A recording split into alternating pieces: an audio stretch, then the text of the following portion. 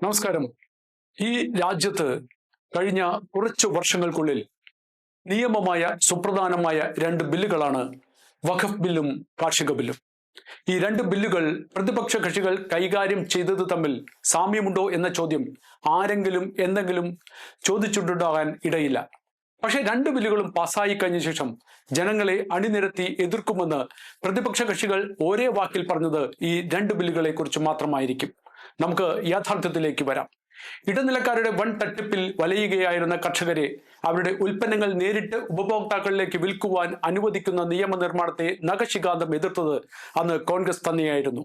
ഇടനിലക്കാരുടെ വൻ തട്ടിപ്പിൽ നിന്നും മോചനവും കർഷകർക്ക് കൂടുതൽ ലാഭവും ലക്ഷ്യം വെച്ച നിയമത്തിനെതിരെ പ്രതിപക്ഷ കക്ഷികളുടെ നേതൃത്വത്തിൽ വൻ സമരങ്ങളാണ് കേന്ദ്ര സർക്കാരിനെതിരെ നടന്നത്.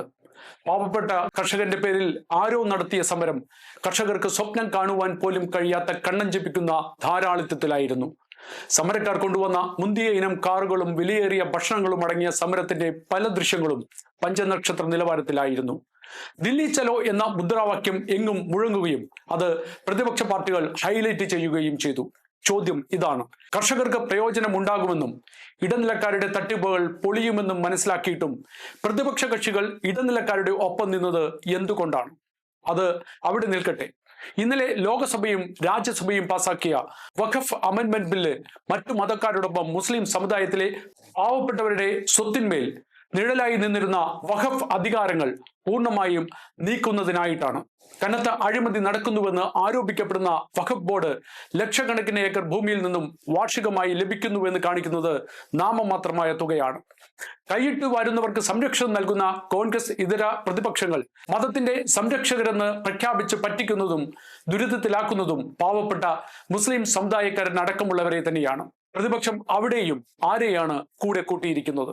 പാവപ്പെട്ട കർഷകരുടെയും വഖഫ് ഭീഷണിയിൽ ഭൂമി നഷ്ടപ്പെടുമെന്ന് ഭയന്നിരിക്കുന്ന പാവങ്ങളുടെയും പ്രശ്നങ്ങൾ അവഗണിച്ച് ഇടനിലക്കാർക്കും അഴിമതിക്കാർക്കും വേണ്ടി നിലകൊള്ളുകയും രാജ്യത്തെ തെറ്റിദ്ധരിപ്പിക്കുകയും ചെയ്യുന്ന പ്രധാന പ്രതിപക്ഷ കക്ഷികളുടെ നയങ്ങൾ രൂപീകരിക്കുന്നത് ഗൂഢമായ ഏത് ലക്ഷ്യം മുന്നിൽ നിർത്തിയായിരിക്കും?